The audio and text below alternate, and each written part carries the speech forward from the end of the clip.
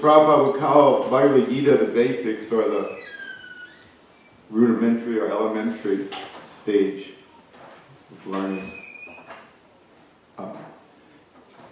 Most of us know we're not our body. At least we understand we're not our body. Hopefully our guests accept that. In one lecture, Srila Prabhupada actually said, "Please believe me when I tell you you're not your body." So, he described the Bhagavatam as graduate studies, and then the Chaitanya Charitamrita as postgraduate. So I chose a verse today, and I'll explain why, but let me get to reading it because of our short time frame. I'll just read the Sanskrit quickly. Yaktaknas tamasayukta upaste yaktamevahi naveda purvam aparam nashta janmash mitistata. Translation. As a sleeping person acts according to the body manifested in his dreams and accepts it to be himself, so one identifies with his present body, which he acquired because of his past religious or irreligious actions, and is unable to know his past or future lives. I say, and you please repeat. As a sleeping person, acts according to the body, manifested in his dreams, and accepts it to be himself. So one identifies with his present body, which he acquired because of his past religious or irreligious actions, and is unable to know his past or future lives.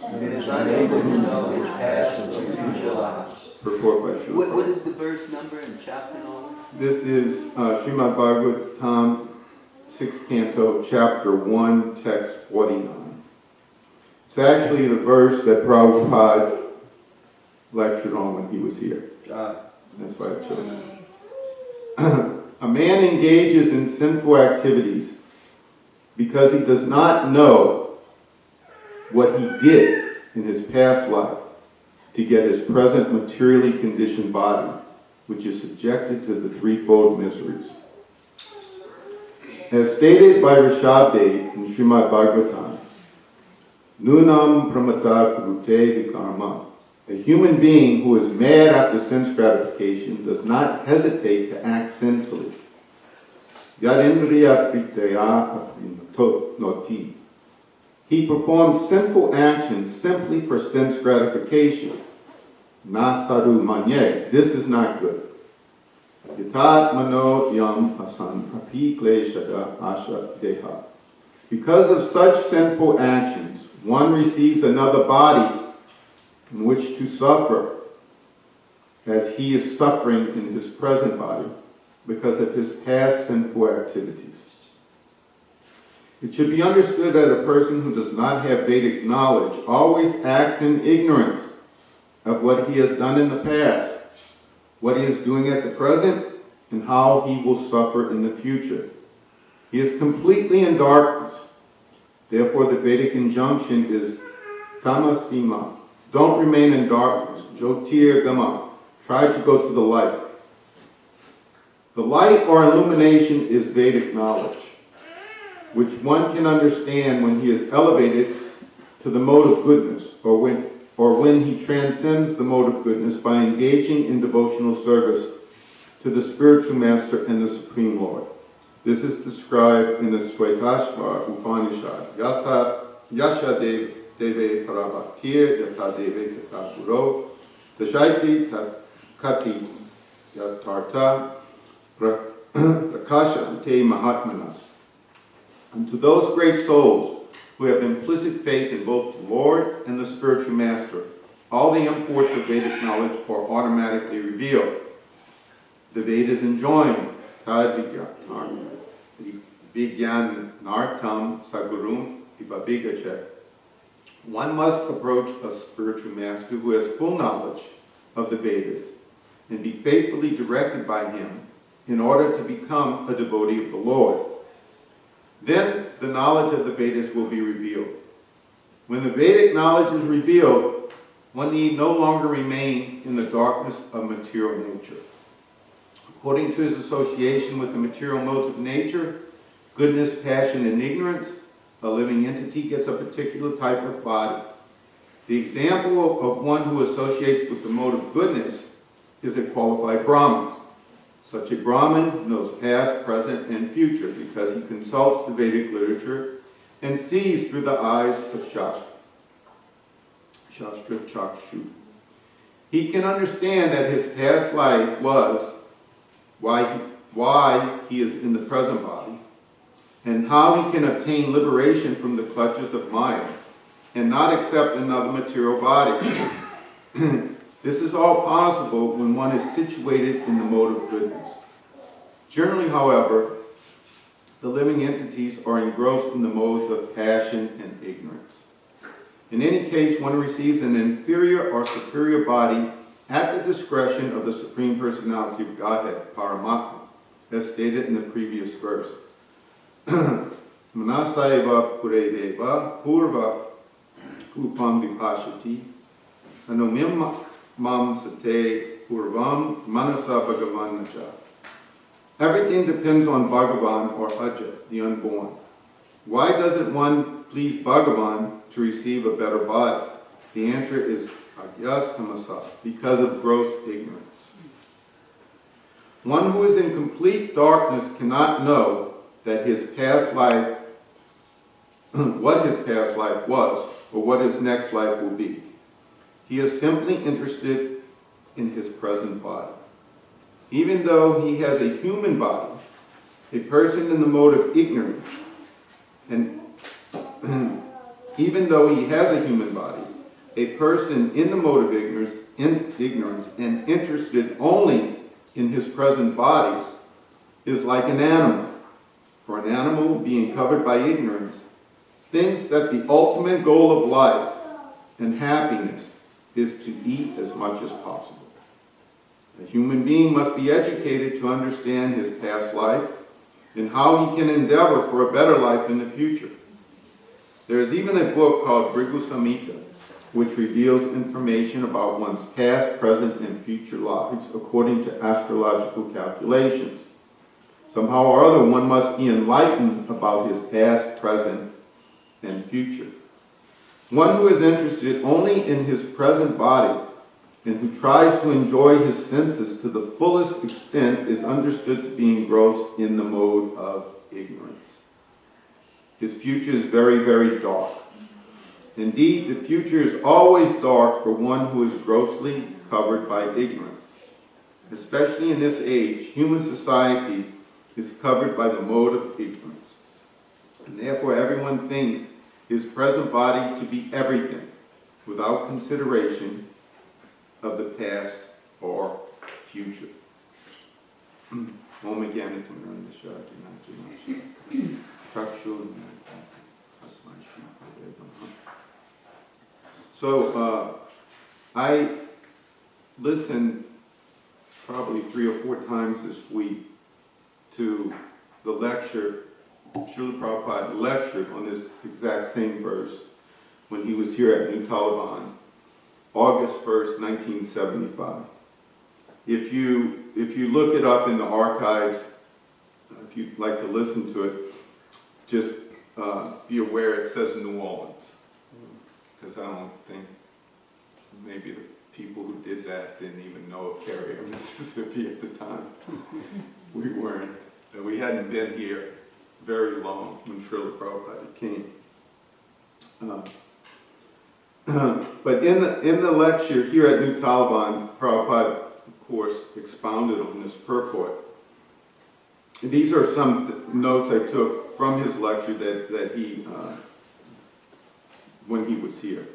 He said, this is our position. Our advancement of science, that we do not know before or after this life. Life is continuous. That is spiritual knowledge. So, for most of us, we accept that life doesn't end at the time of death. And even in the Bible, it states you become earth, ash, or stool. You bury the body, it becomes part of the earth. You burn it, it becomes ash. You leave it somewhere and an animal eats it, it becomes stool. So these things are accepted by most religions throughout the world. Then Prabhupada stated, this is ignorance. He used the word ignorance a lot in his purport and his lecture, when he gave the lecture here. This is ignorance or irresponsible life. If we are in ignorance, we become irresponsible. We're not responsible. We don't respond properly. We don't respond properly to our situation. So, he also said, when one comes to the Sattva-gun platform, his mind becomes more clear. In Tamagun, he's in ignorance. He's only interested in the present body.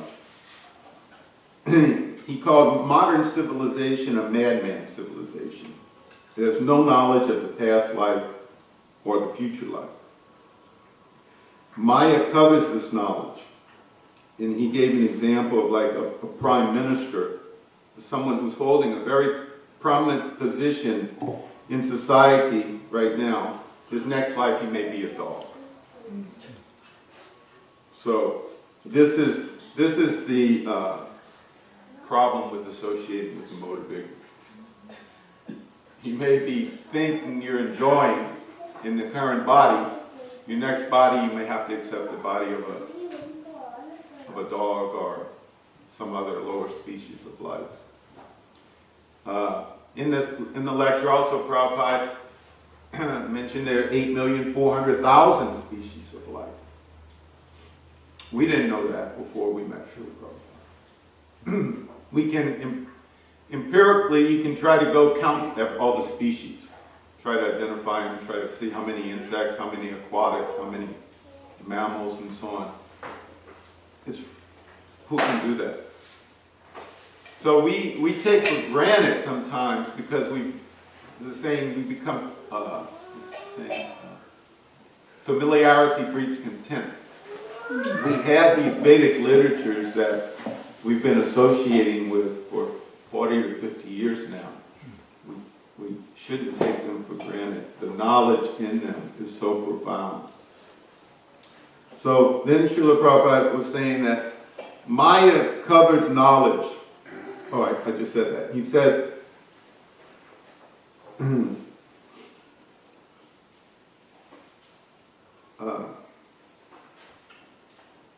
forgive me because I can't read my own handwriting.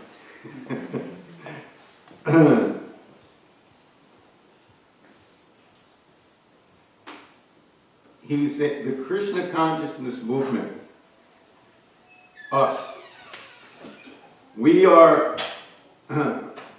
should raise people from ignorance to knowledge. That is the Krishna consciousness movement. To raise people from ignorance to knowledge. To give them this knowledge. And then he said something which I remembered even when, not before I'd even listened to the lecture over and over again. He says, for a devotee trying to understand Krishna, he helps. And then he said it again. He helps. So that is something that we should meditate on. We should know if we're sincere in our heart, Krishna will help us. And then he was saying that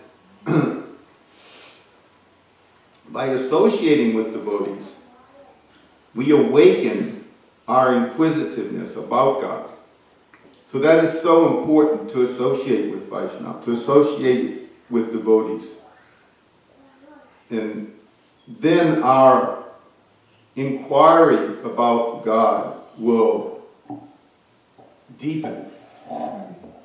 We can't take things for granted that we feel, oh, I'm a devotee.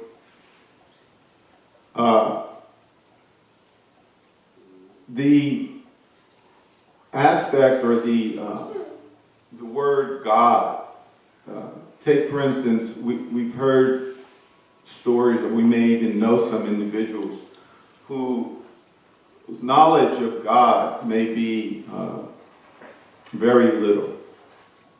A lot of times we hear stories that individuals, they get in such a painful condition in their life, or something so traumatically happens to them or a loved one of theirs, that they just cry out to God. Sometimes they describe, they pray, I don't know who you are, I don't know where you are, I don't know, but please help me. So this is indicative of the suffering in this material world, that people sometimes, even in ignorance, they cry out to God. And Krishna says in Bhagavad Gita, 4 kinds of people approach him. One of them is the distressed. So that's okay to start. To approach God out of distress is okay. But if you really accept the purpose of this life is to revive our love for God, then you inquire and you associate with others who are inquisitive. And you talk more and more about this vital subject matter, the Supreme Person. And we're all parts and parcels of this Supreme Living Entity. And we're meant to love Him. Somehow or other we've fallen into this material ocean and we've forgotten Him. So it's just like something we've all experienced in life, something that may be difficult or challenging for us. And we may not even want to do it, whatever it may be. But then we have to do it for some reason. And then we see that by practicing, whatever we didn't want to do becomes easier. So similarly, we may not desire so much to love God because of our conditioning. But if we accept the knowledge, then we should practice and practice and practice, and it'll become easier and easier. And then we'll start to gradually feel the bliss that's associated with that association with God. So that's such an important point, the association of devotees. And then this was part of the lecture. Now this lecture was given by Srila Prabhupada right up here, the building that burned down. So this one of our goals here at Talavana is to reconstruct that building as a memorial to Srila Prabhupada. And the temple room, of course, it was farm. It was the middle of it was the summer. It was very hot, very humid, and we had many, many flies. So this one devotee was fanning Prabhupada with a chamara. And Prabhupada, at this point in the lecture, he told the devotee, he said, you can even touch his body with the chamara, because the flies were bothering him, to keep the flies off. He said, this chamara is especially meant to drive away flies. So that was just a little break in the class, you could say.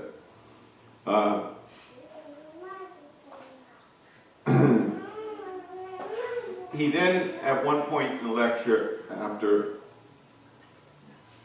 telling the devotees it's okay to hit him with the chamara fan, get the flies away, he said, don't spoil this human form of life like cats and dogs. He said this, he says, raise the rascals from ignorance. Then he singled out individuals from India. Anybody here from India? How do you know? Yeah. He says, those from India. Why India? He said, because India has these Vedic scriptures. This is the wealth, the true wealth of India. Is the Vedas, these Shastras. And then he was saying, those from India, they should take advantage and make their life successful and preach all over the world. He said the world is in a very, very precarious position. And then he told a story about Bharat Maharaj. He was, for those of you who don't know, very briefly, Bharat Maharaj was a great devotee. But then he got attached to a deer. And then he left his body thinking of the deer. And then his next body, he took birth as a deer. So, but because of this was a special situation, he didn't forget. So his next body, Prabhupada described how Bharat became like almost like a mute, became like a recluse, because he didn't want to get attached to associating with worldly people at all. So he protected himself like that. So Prabhupada said that nature's law is that you get the body according to your consciousness at the time of death. Then he went on to explain about the spiritual world. And he said that the spiritual world, there's no difference between a man, woman, a flower. It's all the same. Why? He says, all they have the desire to serve Krishna. Variety is the desire to serve Krishna. So all these varieties that we have in the material world, they're there in the spiritual world. But the difference is, there everyone's serving Krishna. The flower is conscious of serving Krishna. Everybody is conscious of serving Krishna. He said in the material world you have the same varieties, but all want to serve this body for sense gratification.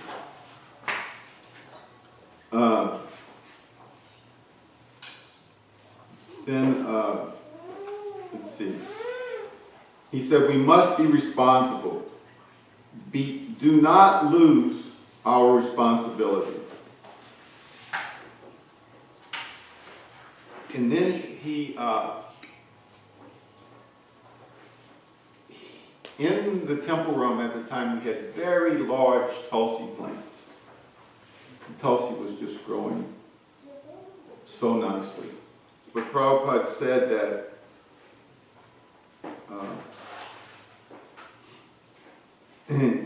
he could understand that we were sincerely trying.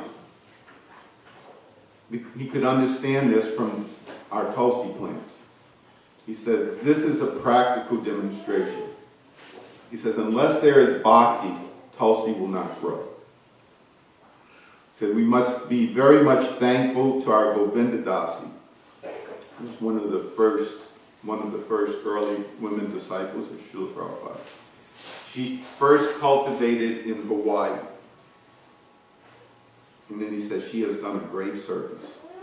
So he was praising Govinda Dasi for first cultivating Tulsi. And Prabhupada actually gave her the seeds.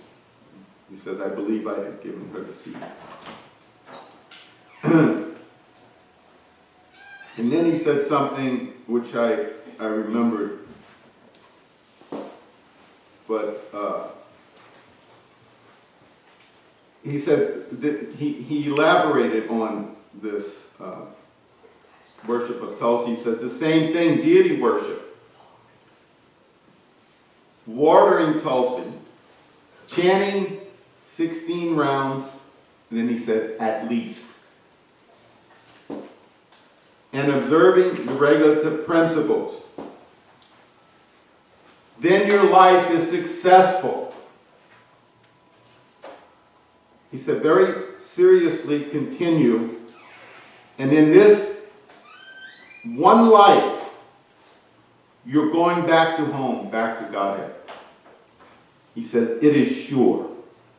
These are things he said here at New Talavana. He says, I'm not flattering you. And then he quoted Bhagavad Gita, Manmana Bhavamad Bhakto.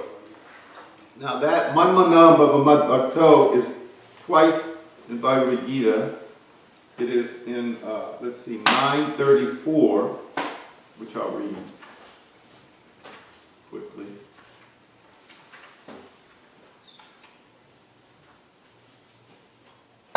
Manmana Bhavamad Bhakto Madhyaji Mam Namaskuru Mami Vaishasi Yutvaivam Atmana Matparayana.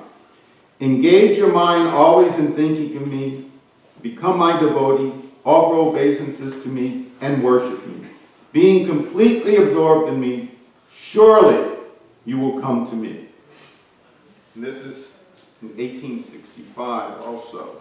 Just this.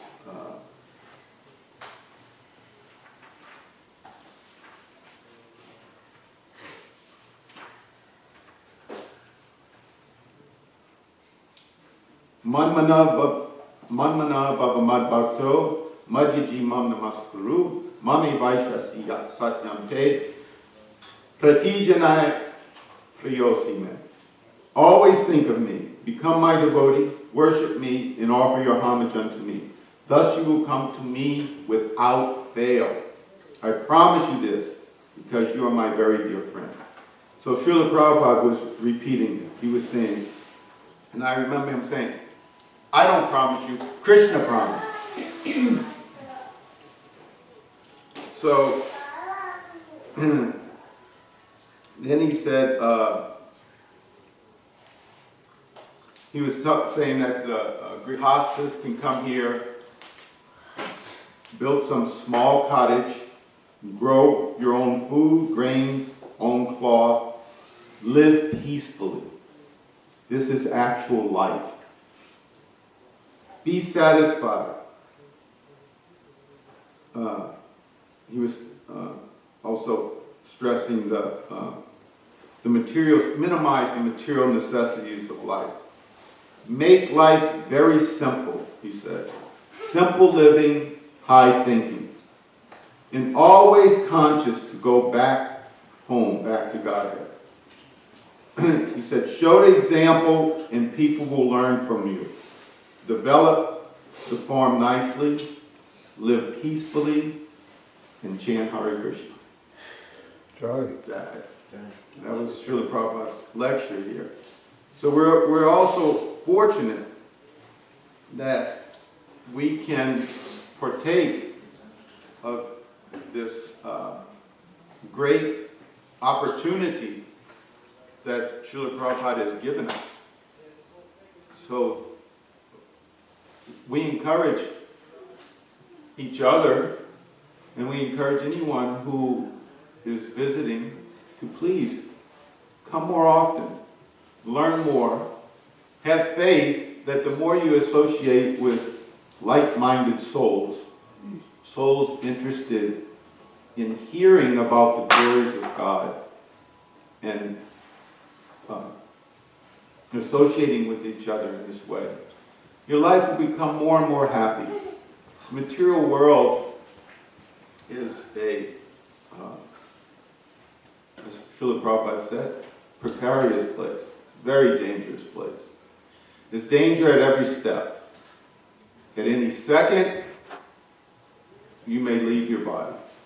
That's a fact. I mean, it happens instantaneously. It's like this. So many. I was just told, luckily she lived, this person I know, she was a good friend of my uncle's, somehow or other, and she's a competent person. She's a pharmacist. She was driving home from work. She was talking to her youngest daughter on the phone. Somehow or other, she spaced out. She drove and a train hit her. Luckily, the train was going slow. I guess it didn't hit it impact, but she's in the hospital. It crushed her leg, but she survived. So there's danger at every step in this material world. I often think, I travel a lot, I drive a lot, and at any second, someone could swerve or cross the median and have a head-on crash. That's just one danger. What to speak of right now, it's all over the news about a virus that could possibly be fatal. But know for a fact, somehow, sometime, somewhere in the future, we all will leave this body. It's the law of material nature. You can't stay here in this body. You have to leave it. Therefore, I was saying earlier in the Bhagavad Gita, it's the beginning, it teaches us you're not your body. So if you're not your body, who are you? Most people have some, just like historically, we know that the American Indians, they worshiped greater spirits. They knew there was something higher. Sometimes it was involved with nature, but they acknowledged there was higher beings, someone higher. Throughout history, we can see there's always been some form of belief, for the most part, in the Supreme. And what to speak of, Srila Prabhupada has given us this deep knowledge. I mean, Lord Jesus came, what was it, about 2,000 years ago? And at that time, I mean, he gave us commandments to follow. And the greatest commandment, or the most important, was to love God. And then other things that he commanded, you could see he was basically teaching the people to be ethical and moral. Don't lie. Don't steal. Don't covet your neighbor's wife. Things like that. Srila Prabhupada came and he gave us certain things to follow, to elevate our consciousness. And because it's described in Bhagavad Gita, first we have to come to the mode of goodness. And then we can partake and understand God more. But I don't want to go on.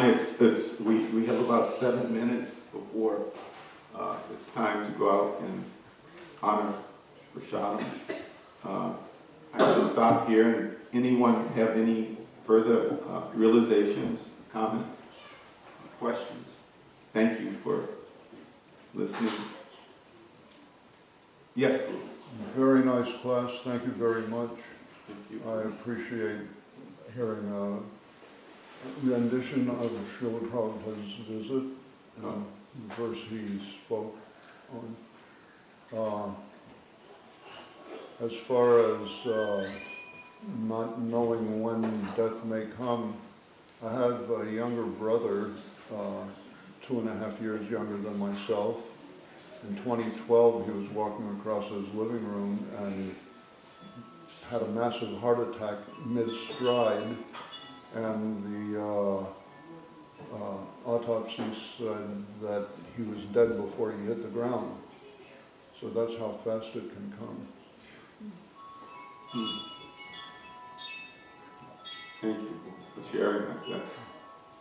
That's just another example of how precarious a position we are in this material world. It was actually New Year's Eve of 2012, 2011.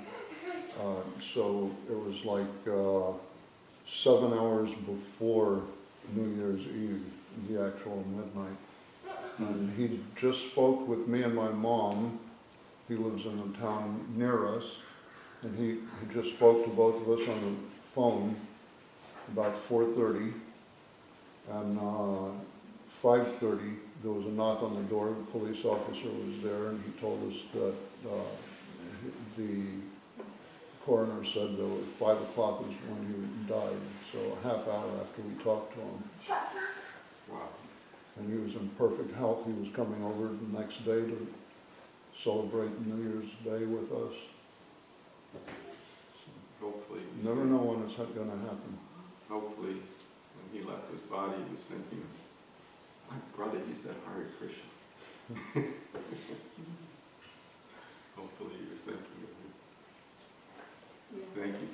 Yes, ma'am. Yeah, because of this virus, this coronavirus, we're all thinking about maybe to come here, maybe I'll die. You know, I mean, anybody who's following the news is going to have those thoughts, you know. Mm-hmm. And so we don't know if it's coming.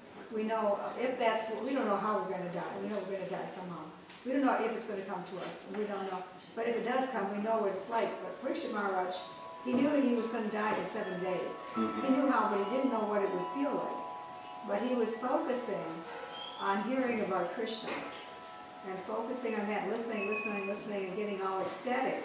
Even facing that great unknown is going to come at this certain time, you know, and he still was focusing, probably extra focusing, but still we might be thinking, how much time left? Trying to listen, you know, how much time left?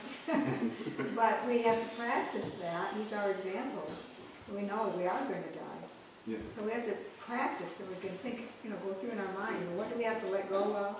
What do we have to hang on to about Krishna? How do we hang on to it? And that, the practice. Thank you, Mom. Now,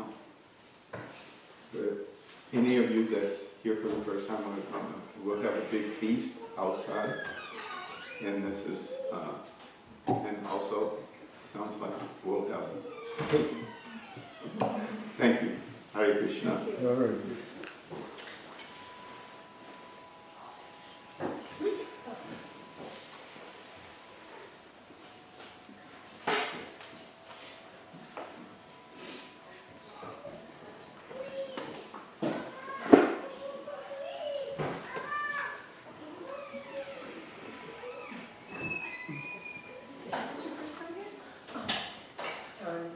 Not to feast, but just actual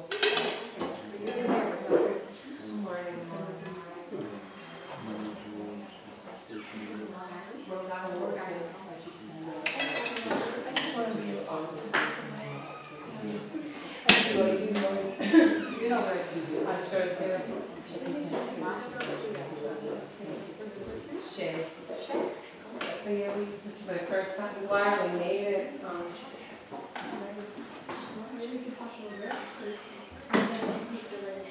Yeah, I will check on my phone because I texted mine before I came down. Okay. Haven't seen him in a little bit.